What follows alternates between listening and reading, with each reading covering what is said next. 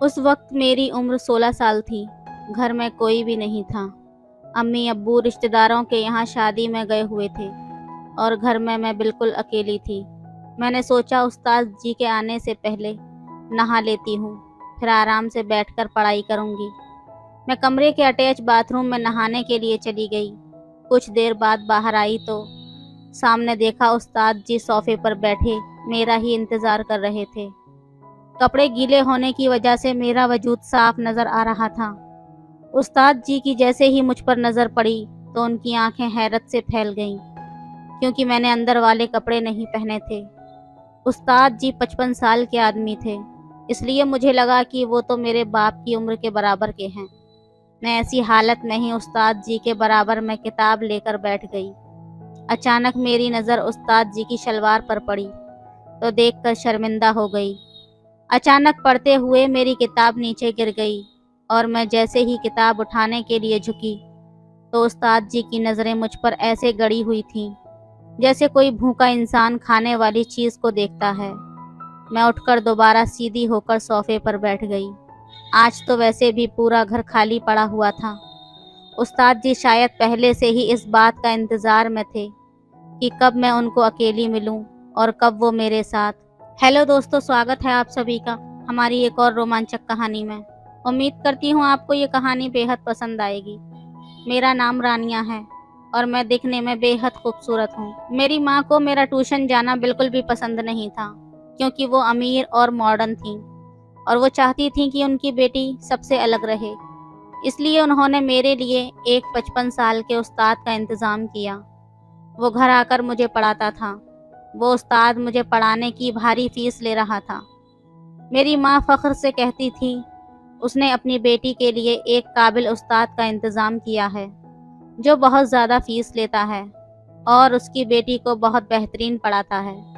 वैसे तो वो टीचर ठीक ठाक था, मगर मुझे अच्छा नहीं लगता था। शायद इसलिए कि मैं अभी तक इस बात को कबूल नहीं कर पाई थी कि मैं अपनी बाकी दोस्तों की तरह एकेडमी में जाकर नहीं पढ़ सकती थी, बल्कि मुझे घर पर रहकर उस उस्ताद से पढ़ना पड़ता था।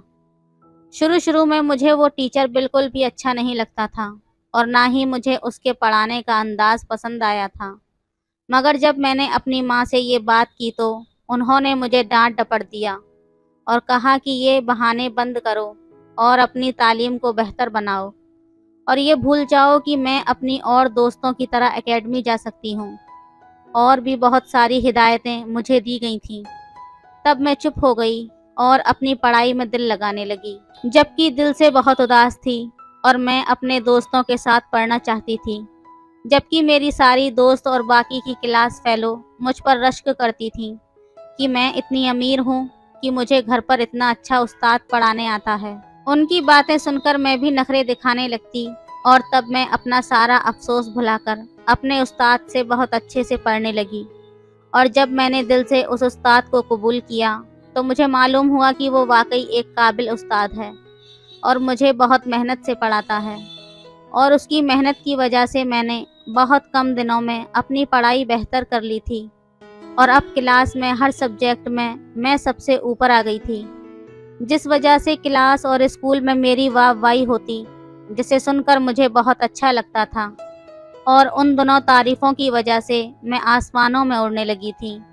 और तब मैंने अपने उस्ताद को भी दिल से कबूल कर लिया था और उनसे बहुत फ्री होने लगी थी और दिल लगाकर उनसे पढ़ती थी और अपनी हर बात उनसे शेयर करती थी ताकि पढ़ाई में मज़ीद बेहतर हो जाऊं।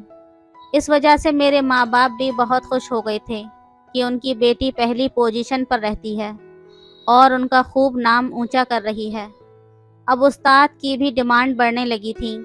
उसने अपनी फ़ीस बढ़ाने को कहा, जो मेरे माँ बाप ने बिना किसी एतराज़ के बगैर उनकी डिमांड को पूरा कर दिया था। उसके कुछ टाइम बाद उन्होंने मेरे माँ बाप से कहा कि वो शाम को मुझे पढ़ाने आया करेंगे, क्योंकि दिन में उनके पास वक्त नहीं होता। उनकी ये बात भी मेरे माँ बाप ने मान ली थी और उनको कोई एतराज़ नहीं था, बल्कि मेरे माँ बाप तो किसी भी बात पर कोई एतराज़ नहीं करते थे और अक्सर मेरे माँ बाप को रात में बाहर जाना पड़ता था। इस वजह से उन्होंने इस तरफ ज़्यादा तवज्जो नहीं दी कि मैं किस तरह और कैसे पढ़ती हूँ। میں خوش تھی کہ میں پڑھائی میں بہت اچھی ہو گئی ہوں، مگر میں نے کبھی بھی نہیں سوچا تھا کہ مجھے ایسے وقت سے بھی گزرنا پڑے گا کہ میں جینے کے بھی قابل نہیں رہوں گی، اور کل تک جو لوگ میرے آگے پیچھے گھومتے تھے اور مجھے حسرت بھری نظروں سے دیکھتے تھے، وہ بعد میں مجھ پر تھوکنا بھی پسند نہیں کریں گے۔ ایک شام جب وہ مجھے پڑھانے آیا تو میرے ماں باپ پارٹی پر جانے کے لیے تیار ہو رہے تھے۔ وہ تقریباً ہر شام رات کو کسی نہ کسی پارٹی یا کسی نہ کسی شادی میں جایا کرتے تھے اور میرے پاس دائمہ اور ایک ملازم کو چھوڑ کر جاتے تھے، مگر اس روز دائمہ اپنے گاؤں گئی ہوئی تھی اور ملازمہ کی طبیعت خراب ہونے کی وجہ سے وہ اپنے کوارٹر میں جا چکی تھی، اور میں اب گھر میں بالکل اکیلی اور تنہا تھی۔